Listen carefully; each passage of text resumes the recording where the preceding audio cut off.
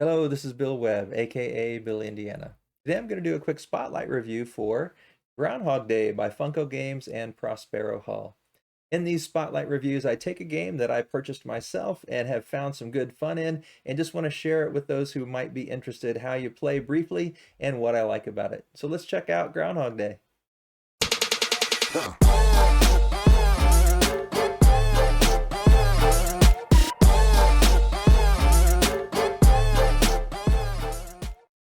So these are the components of Groundhog Day and the beginning setup. You're going to get out the board, you're going to get out the little fill, groundhog, Puxatawny fill, and use them on the board. We've got the sand timer if you choose, or there is an app you can use for the timer. The nice thing about this app, when you hit it, you get a little bit of polka music to set the theme. So that's fun about using that app if you enjoy that. It also kind of builds the tension because you got sound in the background instead of just watching the sand fall. So kind of a fun use of an app, although definitely not required to play.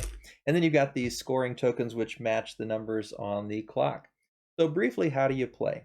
Well, the goal is to live out the perfect day, just like Phil in the movie Groundhog Day. So if you like the movie, that's one of the things that brings some joy out of this game for us. There's all these little quotes on the cards about the beginning days of his experience living over and over the same day, and then the middle days where he starts to learn from his previous experiences, and then finally living out the perfect day is the goal. Now the cards are color coded, so there's some cards that are yellow, there's some cards that are gray, there's some cards that are blue, there's some cards that are red, and there's some cards that are orange. And these cards are going to be dealt out to the players according to the difficulty level here. So if you want to start on normal level, you're going to put it on 24 and deal out 24 cards. And you're going to play them, hopefully, in ascending order, not necessarily sequential, but in ascending order, 7 cards with the rest of the people that are playing cooperatively without speaking. And the thing about these cards is all the gray ones are some of the early on in his experiences, and there are no hearts at the bottom. So this one is long distance lines are down. I'm a celebrity and I'm an emergency. So yeah, there's that experience on a gray card. The blue ones are a little bit further along in his repetition of living out these days, and they have 1 heart. This is pushing Ned. Phil Connors. I thought, And then the orange ones are next, further down in his experience, mediocre broadcast. Well, it's Groundhog Day again. And then we've got the yellow ones, which are the next most advanced with 3 hearts, trying to hug Ned.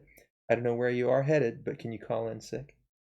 And then the last ones, the red ones, are the most advanced. They have 4 hearts, and this one is fix the flat tire. I had the tire in the jack. It'll just be a minute.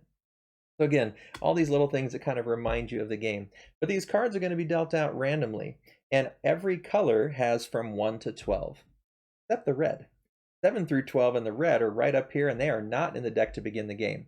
So for us to be able to play 12 red cards in ascending order and live that perfect day, that's literally impossible in the first round because 6 of those red cards are right up here, not in play.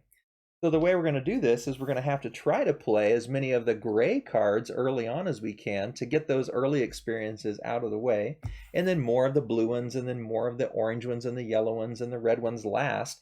We have to kind of keep weeding out this deck of cards until we know that all the red ones are in the deck, or at least a vast majority of the red ones in the deck, and we can be pretty certain that they all or most of them will be dealt out so that we at least have a shot to play them in ascending order. Now, how do you get these red cards? Well, some of the yellow cards, like this one, drink with a twist, unlock to world peace. And so once this has been played successfully in ascending order down here, then you are going to be able to unlock this card and add it to the deck. And so once you start playing these yellow cards down here, then you have the opportunity to unlock the red ones and add more of them to the deck, giving you a better and better chance to live out the perfect day. Let me set it up what it might look like after several rounds have been played, talk to you a little bit about kind of the thinking behind the game as you advance in the rounds, and one other rule, and then we'll give you my thoughts on the game at the end. All right, so here's what it might look like after 2 successful rounds of the game. And by the way, this part of the game is just after you've dealt out all the cards, you can talk strategy as much as you want with the other players until the cards are dealt out, and then you put your fingers on this when everybody has looked at their cards and has kind of their own personal strategy. Once you put your fingers on this, once you look at your card, you can no longer talk. And once you put your fingers on here, everyone has thought through it enough. They all put their fingers on here to say, hey, I'm ready, I'm ready, I'm ready. Then you either turn over this timer or you start the timer on the app. So that's really all this is for. It's just sort of a cool little piece to get everybody without communicating. Are you ready? Are you ready? Are you ready? All right.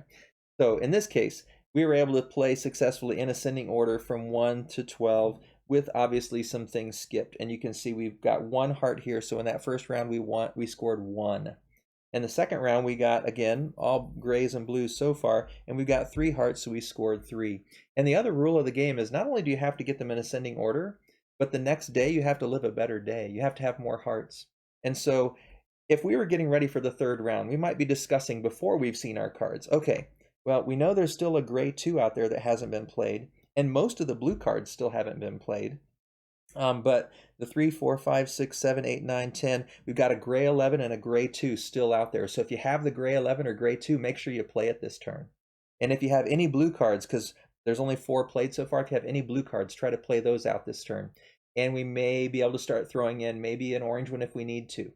And you can see how many cards people have in their hands, but you can't see what they are, and you can't communicate, obviously. And each round, Phil moves down. So in the first round, we get 24 cards passed out. The next round, it's only 22. Then it's 20. And so the number of cards being dealt out diminishes as well.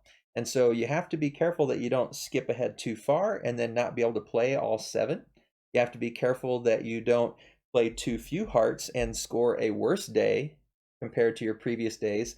Either of those things would cause you to lose the game immediately. If you can't play 7 cards, if they're not in ascending order, or if your sequence adds up to fewer hearts than the previous day. And so that is basically how you play the Groundhog Day board game. And eventually, like I said, you're trying to get a sequence of all red cards, 7 red cards in ascending order played. And so it's going to take you multiple rounds to get to the point where you've got enough of these red cards even in the deck, and then that when you deal them out, you can be pretty confident everyone's going to have virtually all or mostly red cards so that they can be played. And we've played this once at 2 players and multiple times at 4 players, and we've just had a blast. It says you can play it up to 6 players. We've only had 2 and 4 so far, but we've had a really good time. Now, it seemed a bit easy with 2 players. I don't know, maybe it was just our first experience was kind of lucky. It seemed harder with 4 players, but we've always had a good time reading the cards, kind of living out the day and remembering the movie. So for us, it's a fun game, kind of reminiscent of The Mind, if you've ever played that card game, but with much more theme. And if you enjoy the movie, you'll relive all the movie from the quotes. And the art is really cute. And just the components, while they're not super special, they're nice quality. You know, a nice thick cardboard alarm clock, a nice little wooden groundhog, and then the app is just nice. You can have that polka music playing while the timer is going off, and so yeah, it's a fun game for us. We've had a lot of enjoyment out of it. So hopefully this was helpful for you to learn a little bit about how the game plays and a little bit about what we like about it. One of the investments we've made that we're really happy to have done so. So if you enjoyed the video, it'd be terrific if you'd give a thumbs up down below, and I'd love it if you'd subscribe to the channel. If you've played Groundhog Day, leave me a comment down below and tell me what you liked or didn't like about the game, or if there's another game that this reminds you of, give me that recommendation down below as well. As always, thanks for watching. This is Billy, Indiana, signing off.